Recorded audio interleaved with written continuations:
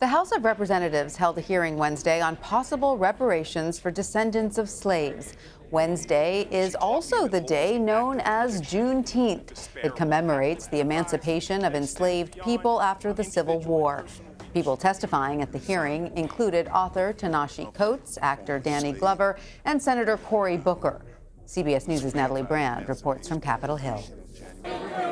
Crowds winded through the halls outside a congressional hearing examining reparations for slavery. This is an urgent moment. From Democratic presidential contender Cory Booker to writer Ta-Nehisi Coates to actor and activist Danny Glover, a high-profile panel testified about H.R. 40, a bill to create a commission to study reparations. I think that we're on to something at the beginning, a continuation of a long discussion, a needed discussion. The concept dates back to just after the Civil War, when the federal government initially promised but never delivered 40 acres and a mule to former slaves. It is good for the soul of a person, a people, and of a nation to set things right. But writer Coleman Hughes argued reparations would not be an effective way to help struggling black communities. If we were to pay reparations today, we would only divide the country further.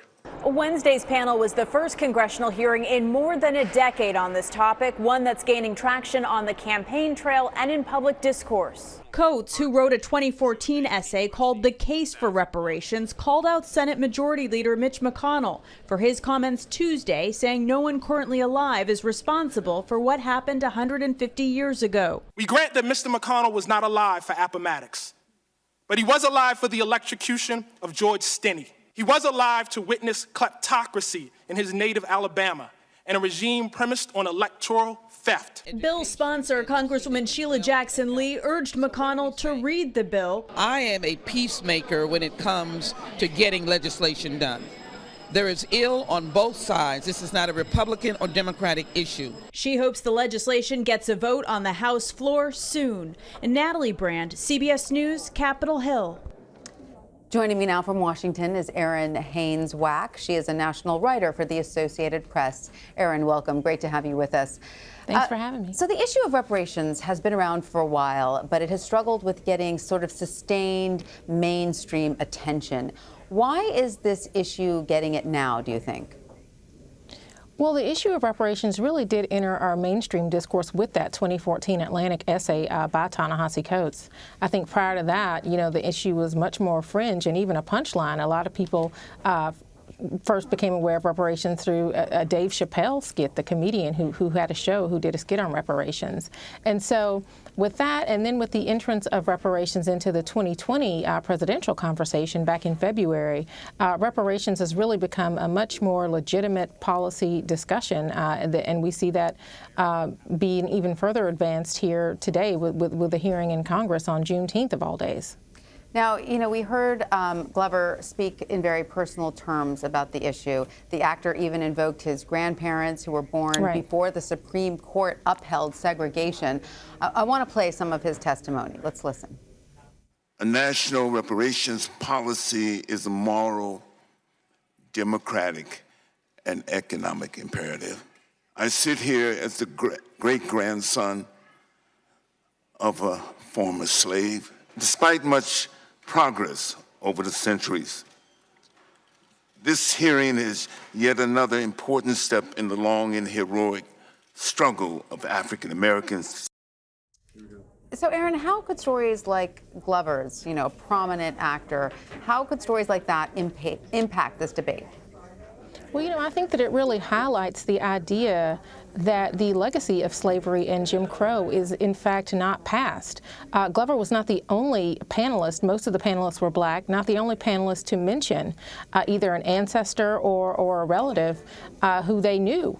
Who had been impacted by the legacy of slavery and Jim Crow. And so it was really remarkable to hear Glover even say, that he had a grandparent who he met as a young boy who had been enslaved. I mean, here's somebody sitting in front of us in 2019 in a congressional hearing testifying. And so that's really remarkable and reminds people that this is not as ancient history as a lot of people would like to suggest. Absolutely. So, Errin, not all the witnesses, though, supported reparations. Coleman Hughes said that blacks don't need another apology, but they need better schools, safer neighborhoods, and better health care.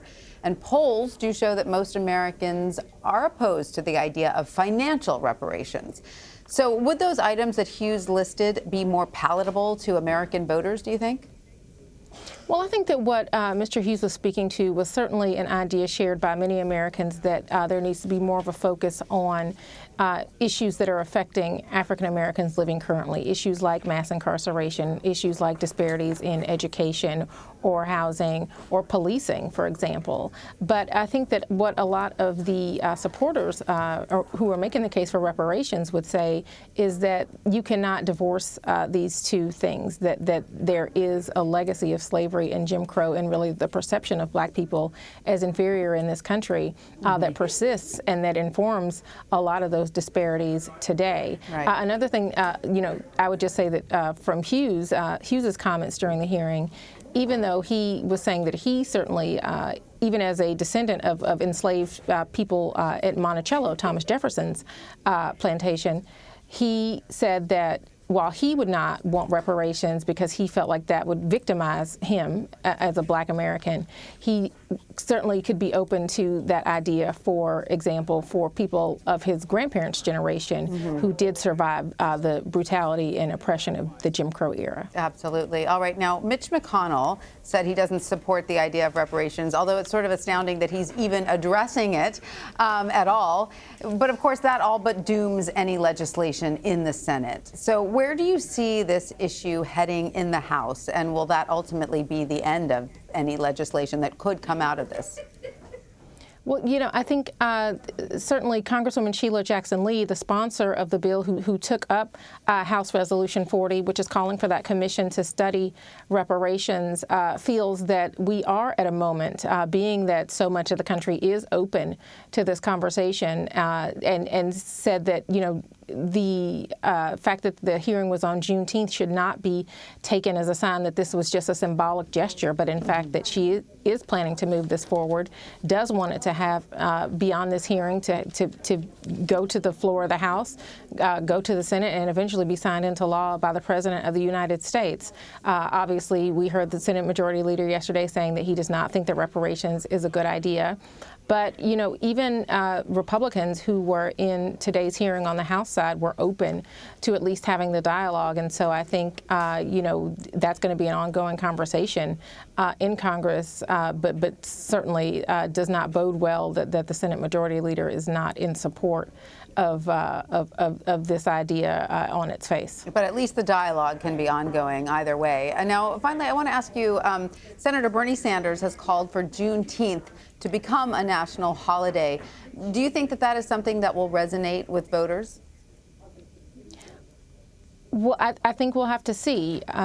Senator Sanders, interestingly, is somebody who is not in support of reparations, joining former presidential candidate Hillary Clinton and former President Barack Obama in not supporting reparations, but is now calling for a possible Juneteenth holiday.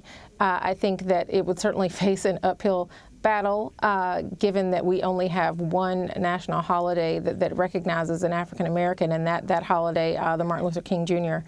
holiday, took decades to bring into existence. So, don't know what the prospects for something like that would be, but it's certainly interesting, and we're in a climate now where the country is reckoning with what needs to happen with the original sin of slavery and the legacy of that and how we deal with that as a nation. The discussions are certainly happening, and that certainly is a start. Well, Errin Whack, we thank you so much for your time.